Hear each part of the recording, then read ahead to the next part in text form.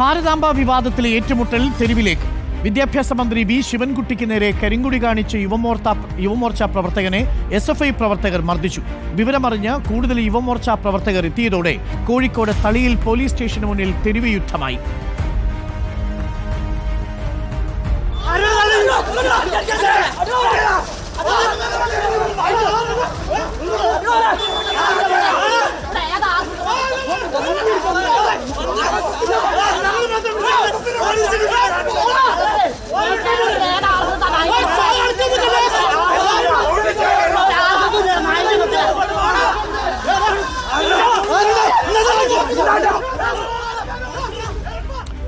മന്ത്രിയുടെ കോലം BJP പ്രവർത്തകർ കത്തിച്ചു. രാത്രി നേമത്ത് മന്ത്രിയുടെ ഓഫീസിന് മുന്നിൽ ഭാരതാംബയുടെ ചിത്രം വെച്ച് BJP പുഷ്പാർച്ചനയും നടത്തി.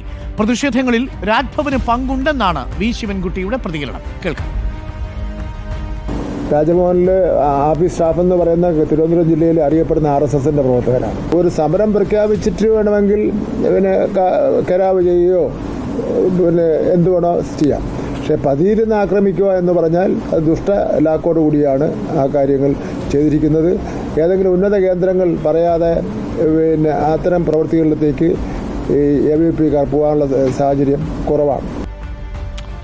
വി ശിവൻകുട്ടി മര്യാദകേട് കാണിച്ചെന്ന പരാതി മുഖ്യമന്ത്രിയെ നേരിട്ടറിയിക്കാൻ ഒരുങ്ങുകയാണ് ഗവർണർ. സംസ്ഥാന സർക്കാരിന് മറ്റെന്തോ മറയ്ക്കാനുള്ളതുകൊണ്ടാണ് ഭാരതാംബ വിവാദമെന്ന് കേന്ദ്രമന്ത്രി സുരേഷ് ഗോപിയും പ്രതികരിച്ചു. കേൾക്കാം. അദ്ദേഹത്തിന്റെ അവകാശം നിയമപരമായി സാധിച്ചിരിക്കുന്നു. നിങ്ങൾക്ക് ആഗ്രഹമുണ്ടോ? നിങ്ങൾ നിങ്ങളുടെ കൊടി വയ്ക്കൂ. ഭാരതാംബയെ ആദരിക്കാനും ബഹുമാനം നൽകുന്നതുമായ മുദ്രകൾ നിങ്ങൾക്കുണ്ടോ? അവർക്ക് വേറെ എന്തോ മറയ്ക്കാനുണ്ട്, വലിയ വിഷയങ്ങൾ മറയ്ക്കാനുണ്ട്. അതുകൊണ്ട് വെള്ളപ്പൊക്കം ഒന്ന് അവിടെ തൃശ്ശൂരൊക്കെ ആൾക്കാർ മുങ്ങുക. വെള്ളപ്പൊക്ക സമയത്ത് എങ്ങനെയാണ് ജനങ്ങളുടെ കൂടെ നിൽക്കേണ്ടതെന്ന് അത് ചർച്ച ചെയ്യും. അത് മുക്കിക്കളയാനാണ്. ഇപ്പോൾ TV പ്രസാദുണ്ട് കൂടുതൽ വിവരങ്ങളുമായി. TV പ്രസാദ്, ഭാരതാംബ വിഷയത്തിൽ നിന്ന് തെരുവിലേക്ക് ഇറങ്ങിയ കാഴ്ചയാണ് കണ്ടത്. അതിൽ ABVPയും SFIയും തമ്മിൽ ഏറ്റുമുട്ടുന്നത് കണ്ടു. അപ്പോൾ ഈ കാഴ്ചകളൊക്കെയും രാജ്ഭവനിൽ നിന്ന് ആസൂത്രണം ചെയ്യപ്പെട്ടതാണ് എന്നാണ് വിദ്യാഭ്യാസ മന്ത്രിയുടെ നിലപാട്. ഭാരതാംബ ഒരു ഏറ്റുമുട്ടൽ തെരുവിലേക്ക് വരികയാണോ?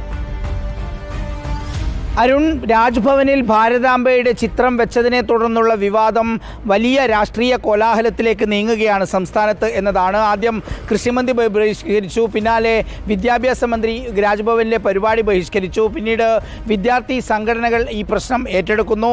SFI ആണെങ്കിൽ ഗവർണർക്കെതിരെ ബോർഡ് വയ്ക്കുന്നു. ABVP വിദ്യാഭ്യാസ മന്ത്രിയെ തടയുന്നു. DYFI ഈ വിഷയത്തിൽ ഇടപെടുന്നു. ഇന്നിപ്പോൾ BJPയും CPIM പ്രവർത്തകരും തിരുവനന്തപുരം നേമത്ത് പരസ്പരം ഏറ്റുമുട്ടുന്ന നിലയിലേക്ക് കാര്യങ്ങൾ എത്തി എന്നുള്ളതാണ്. ഈ വിഷയത്തിൽ അതായത് ശിവൻകുട്ടി രാജ്ഭവനിൽ പ്രോട്ടോകോൾ ലംഘിച്ചതും രാജ്ഭവനെ അപമാനിച്ചതും മുഖ്യമന്ത്രിയെ നേരിട്ട് കണ്ട് നീരസം അറിയിക്കാനാണ് രാജ്ഭവൻ്റെ തീരുമാനം, ഗവർണറുടെ തീരുമാനം എന്നാണ് മനസ്സിലാക്കുന്നത്. ശിവൻകുട്ടി അപമര്യാദയായി പെരുമാറി എന്ന കാര്യം മുഖ്യമന്ത്രിയെ നേരിട്ട് ധരിപ്പിക്കാനാണ് ഗവർണറുടെ നീക്കം. അതോടൊപ്പം തന്നെ രാജ്ഭവനെ RSSന്റെ കാര്യാലയമാക്കാൻ അനുവദിക്കില്ല തുടങ്ങിയ കടുത്ത ഭാഷകളിലാണ് ഇന്ന് ദേശാഭിമാനി രാജ്ഭവനെയും ഗവർണറുടെ നീക്കങ്ങളെയും വിമർശിക്കുകയും ചെയ്തത്. രാജ്ഭവനിലും അതുപോലെ തന്നെ രാജ്ഭവന് പുറത്തും ഈ വിഷയങ്ങൾ വലിയ തോതിൽ ചർച്ചയാകുന്നു എന്നതാണ് ഏറ്റവും പ്രധാനപ്പെട്ട കാര്യം. ഇന്നിപ്പോൾ സെക്രട്ടേറിയറ്റിന് മുന്നിലായിരുന്നു BJP പ്രവർത്തകരുടെ പ്രതിഷേധം. SFI പ്രവർത്തകർ ബാനർ കെട്ടുന്നു. ABVP പ്രവർത്തകർ വിദ്യാഭ്യാസ മന്ത്രിയെ തടയുന്നു.